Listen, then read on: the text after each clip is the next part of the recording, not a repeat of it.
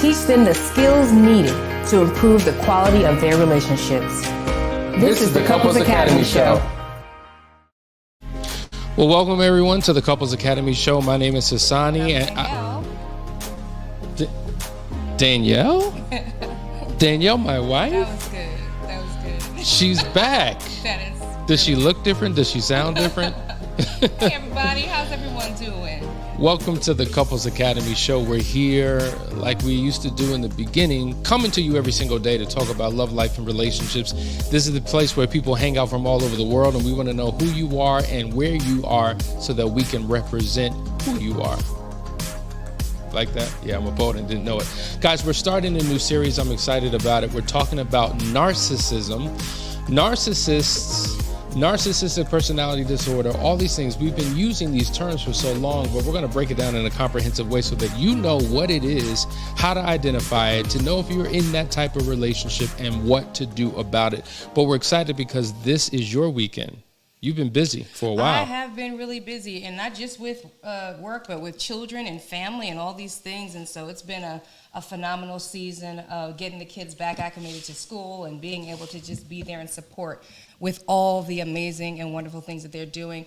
But this is a really big weekend coming up. We have our Unearthed retreat happening. I've been working on this for about a year, just planning it and getting everything in order. And now we are at the culmination of it.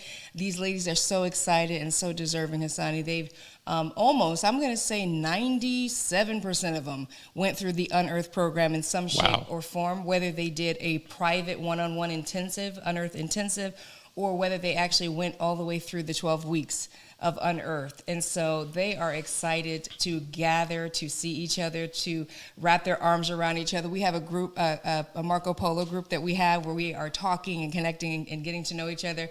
And we figured out who the huggers are and who the timed huggers are. So it seems like everybody's a hugger, but some people require for you to be let go, and I'm one of those people. How'd you determine that if they're not even there yet? It's all just virtual. Because we're talking about it in Marco Polo group, and so what happens is we're like, okay, we're asking questions to one another. So I don't even know how it came up, but I think it was Lakeisha who said that she's a hugger, and we got into a whole conversation. I like to hug, okay, but let me go, you know? And then other people came on and said, I like hugging, but it depends on how you smell. Like, so it has been so much fun. Drama.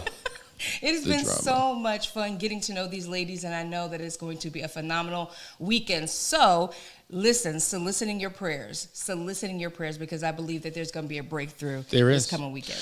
That's right. If you don't know, if you're just hearing about this for the first time, it's this weekend. It's September the 9th through the 11th. It is the Unearthed Retreat. Check this video out, and we'll be right back after this.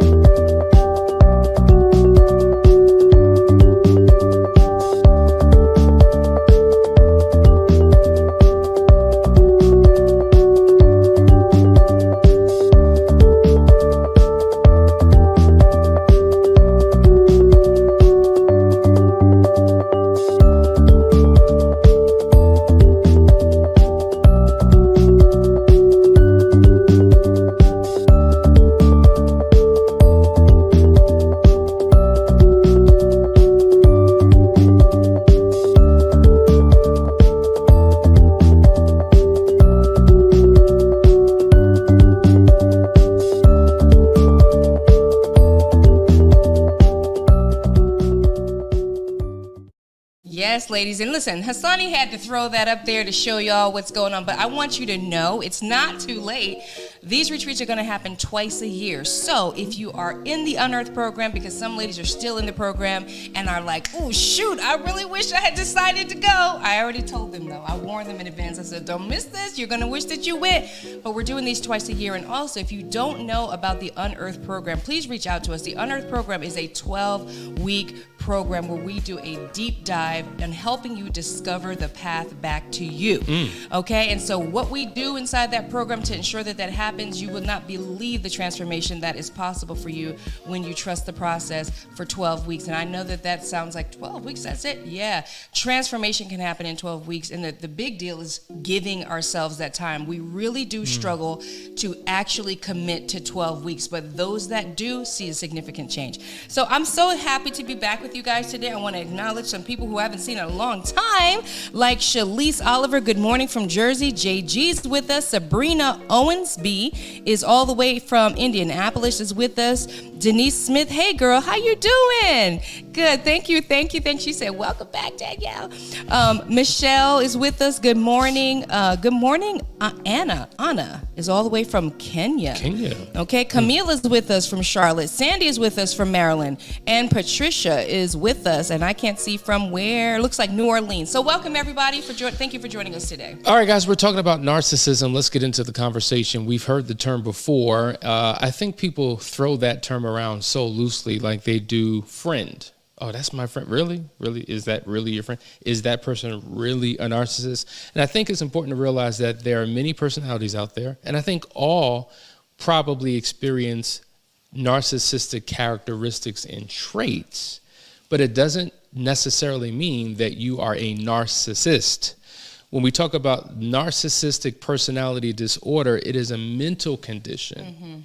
It is more than just a characteristic or a behavior that you demonstrate in your relationship. And I think it's important that we understand that so that we're all on the same page in terms of how we properly assess, interact with, respond to, and deal with challenges in our relationship. I agree. I hear a lot of people say, she's a narcissist, he's a narcissist. They throw that term around so much, not understanding that it is a diagnosis. And interestingly, not many narcissists actually go to get diagnosed. So you're not going to see in statistics a high number of narcissism. But what I will say is that this generation is really cultivating a society full of people with narcissistic tendencies.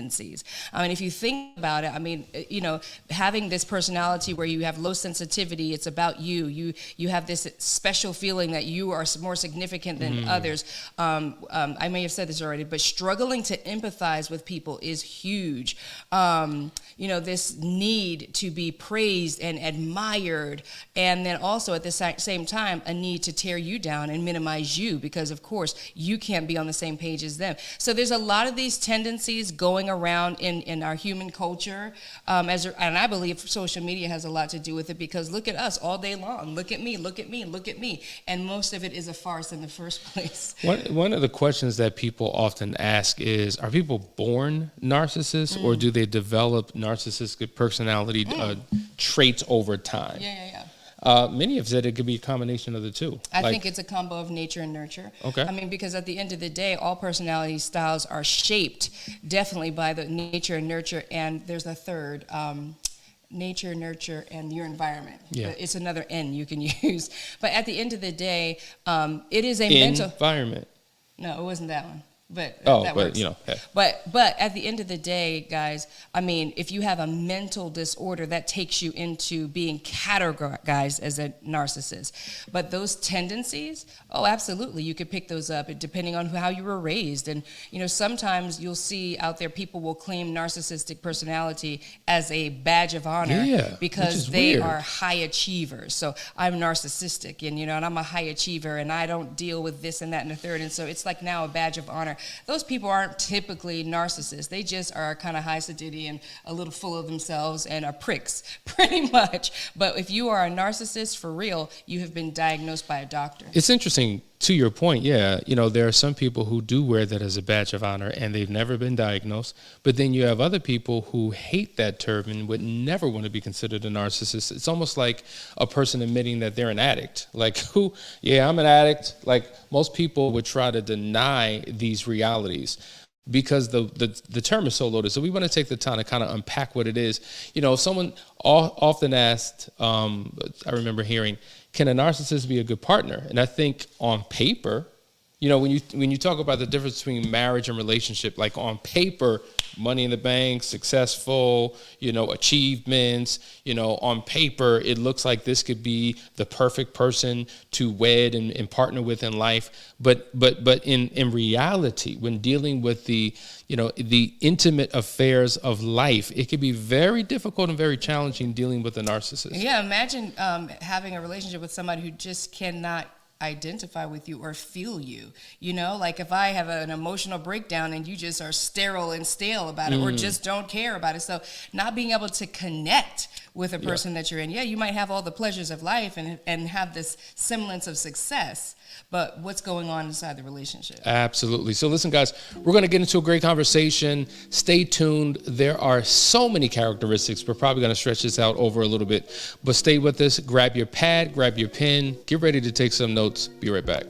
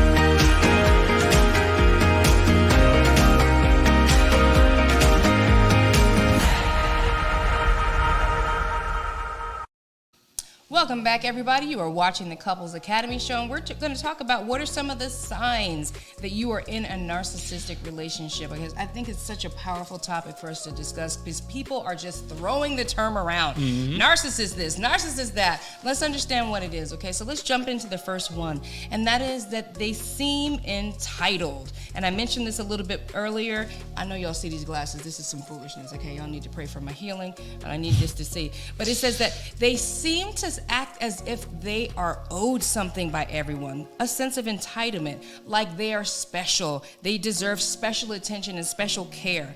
And this is a core element of the narcissist, that there's something set apart about them. They're significant, and it's a little bit of delusion. I would agree. And it kind of bleeds into the next one. I guess they're all kind of similar, right, in terms of these characteristics, but they act superior to others. Like they have a distorted self-esteem. They think too much of themselves. They're high-minded. They're boastful. They have this air, this funk, this stink, the highfalutin, if you will. No, Lord. And it's obnoxious and it stinks to high heaven. It's just like, it's deep, like, terrible character flaws. Just terrible. Yeah. And you could tell that they think they're all that by their posture and the way that they walk and the way that they look and just the way, you could see it in their face. It's in their energy and it stinks to high heaven. So when you are married to that and you have a partner who thinks that they're just better than you, or maybe you're the one. Maybe this is important for you to acknowledge. Like, real talk, have an honest conversation with yourself. Do I act like this? Do I show up in this particular way? Because if I do, maybe I need to make some significant adjustments to my life, because it's impacting my relationship and it's impacting my children. Yeah. And, I think it's important to say, you can go ahead and own this, because, again, what happens is that people are labeling folks as narcissists. And what they're really experiencing is people with narcissistic tendencies or narcissistic behaviors. Okay, these are character flaws. And so if you know that you have these character flaws, if you're hearing this and you're like, oh, yeah, I can, sometimes be that, that doesn't mean you're a narcissist. That means that you are operating with some narcissistic tendencies and need to get those things in check.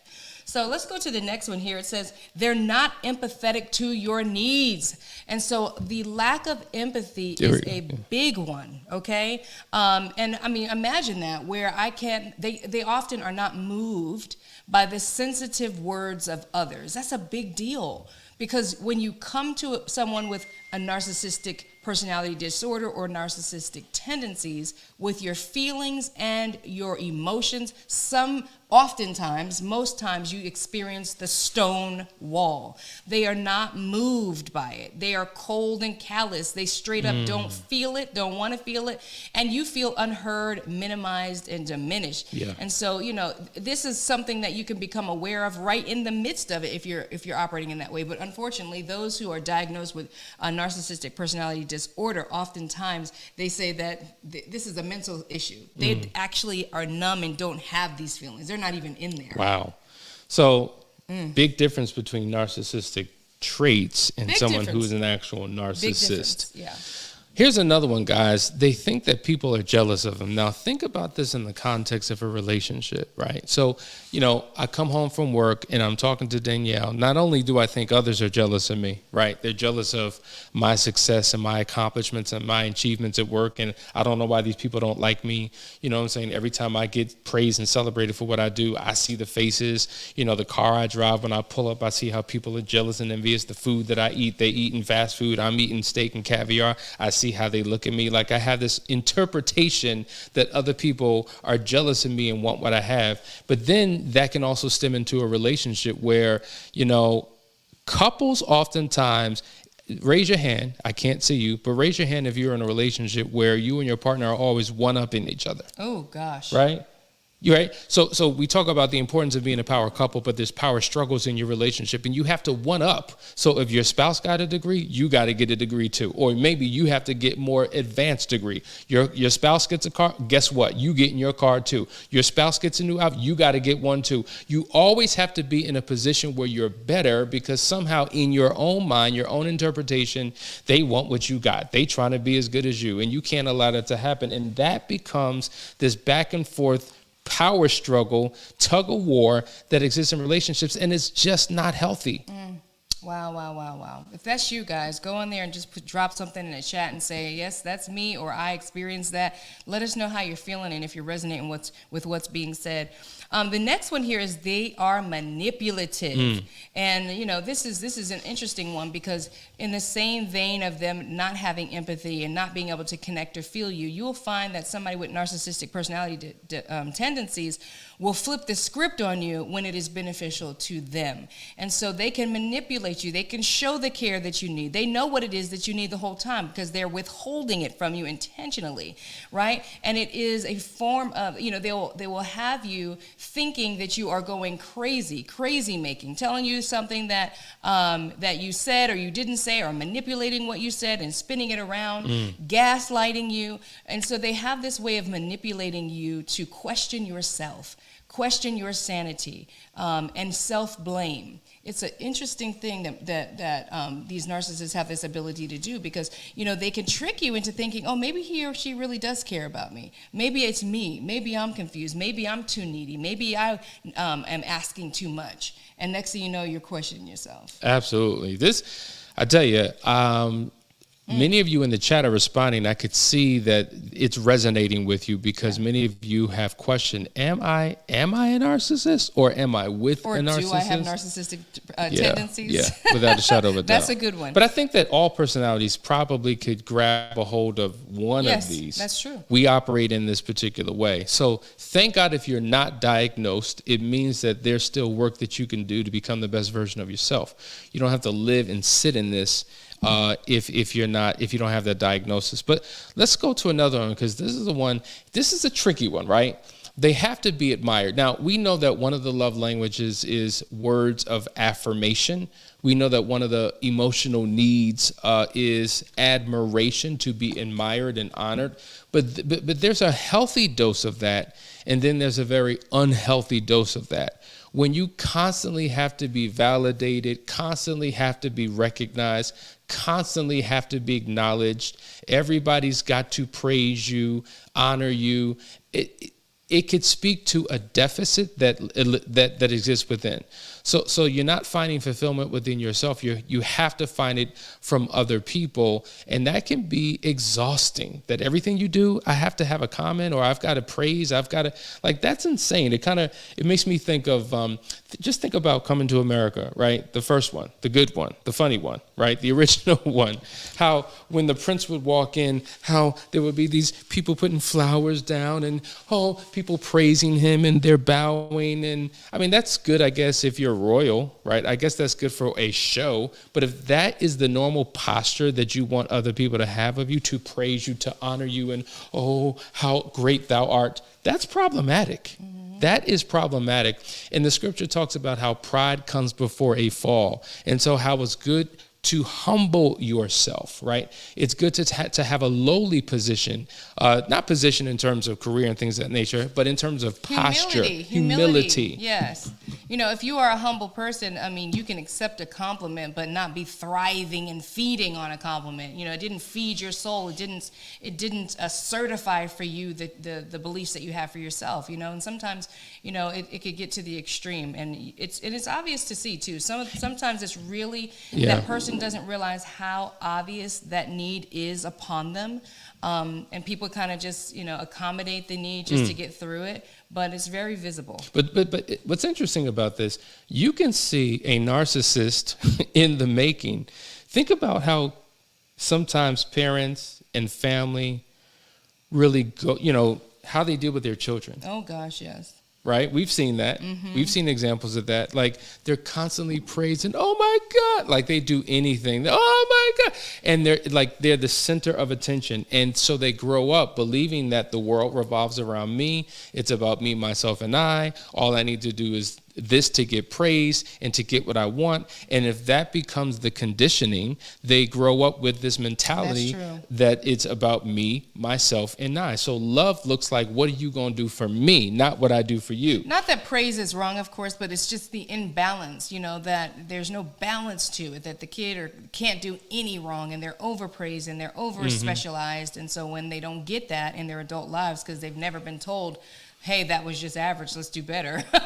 You know, they've only been told everything that they've done is so magnificent. Oh my God, did you see he picked up a crayon at you know, in the 5th grade? Whoa! You know, now this kid has got this delusional idea about how special he is. So that's a reality. The chat is blowing up. We got to go to some of these comments. Tamika says, they hardly own up to their faults, place the blame on others, even if they are caught in the act of wrong. Wow, powerful. Justification, right? They can always justify the wrong. Always. There's a reason why when they did it, it made sense, but when you did it, it was wrong. And there's always some level of diminishing of the other person or shaming the other person for even calling them out. See, a true narcissist is going to actually shame you when you call them out. And then after they shame you, they will punish you for calling them out. So, yes, absolutely. Mary says, yes, constant competition, withholding of praise if I do anything good. Then I find myself getting defensive, and the cycle just continues. I do feel that it has a lot to do with insecurity from past. Now, speak on that. Like, a lot of times people who are very confident in, let's just say, arrogant and cocky, it's a mask and it's a cover for a deep insecurity within. Yeah, it's so funny because oftentimes you'll see like people in these humongous, big, noisy, loud trucks down the street, right? And then it's like this little guy that gets out. And they often say that a lot of times we will extend our personality to put a mask out in front of us to cover our insecurities. And so oftentimes, I mean, not all oftentimes, but narcissistic personality is steeped and rooted in shame and self-loathing, even though it doesn't look like that. It looks like pride, arrogance, and pompous behavior. But at the end of the day, it's truly that the person really doesn't feel that great about themselves. Here's a question that came through. Can you be considered a narcissist if you don't praise yourself, but you trouble with the other traits like one? Huh? You got to rewrite that. I don't know what you're saying. I didn't get that. I didn't get it. But the lack of empathy just blows me away, right? Right. If I don't have empathy, it means that I do not have the ability to emotionally connect. Like I have zero compassion for you. Like I could see somebody balled over in the street, bloody, and I'm just like, what? Like there's nothing in me that has a heart for that person. Now, that's an extreme situation. You may not experience that every day, but what about in a relationship where your spouse is going through? Maybe something happened on their job, or maybe they experienced the loss of a loved one, or maybe they're going through just a physical challenge in their body, and there's just no empathy, no care, no compassion. Like, toughen up. Like I've been through worse. What's up? What's wrong with you? Yeah, interestingly, I actually knew a couple that the wife was married to someone who actually went ahead and had the test or had the diagnosis done to determine that he was narcissistic, but also they figured out that he had Asperger's and he had never been diagnosed early on. And so, there are some cases, and so with that, I mean, there are some cases like that, but with that, knowing that you are narcissistic and actually knowing that you just really can't feel the person. Yeah. Like now it's a case where you have to learn the things to do, learn the cues and how to behave because you don't feel it, right? You don't have that empathy bone. Something's missing there for you. And so it's a different kind of a training. But I just think that there's such a large spectrum of situations that can have people struggling with narcissistic behavior. But most of the time, these are people with character flaws and can do better. Most of the time, you can do better. Let's go to the next point. The next point. Okay. Next point is their needs come first. And so with that, it just really doesn't matter what's going on. It's always about the other person. It's what they want to eat for dinner. It's where they want to go. It's what they want to do, how they feel. And so the other person feels ignored. Their needs never get met. They don't even feel seen. And again, if you try to confront that narcissistic personality with an issue about it, they'll find some way to diminish or demean the person that has an issue with it. Yeah. So you're right. It's coupled with that. They don't really pay attention to their partner's needs because it's all about them. Which, and then here's another one. Here's a huge one. They can be aggressive. Aggressive not just in their physical presence, but in their personality as well. Obviously, if you are someone who you could be a verbal assassin. You could just bogart your way. You're always fussing and tussling and fighting verbally to get what you want, and whatever you need to do to get it, you will get it. You'll justify the means. But also physically, your presence, your energy, your disposition. We've known some narcissists who will literally get into physical altercations with their spouse to get their way. And it's just really traumatic in a relationship when you signed up to spend the rest of your life with someone because you love them, but they treat you like you are nothing, less than. It feels trapped. You could feel trapped in that type of relationship. I think Darnell came back. He says, like, if you don't praise yourself or be considered self-admired by others, but you do show other characteristics like being manipulative or showing up unbothered or... Yeah. I mean, so you're just talking about having narcissistic characteristics. Right.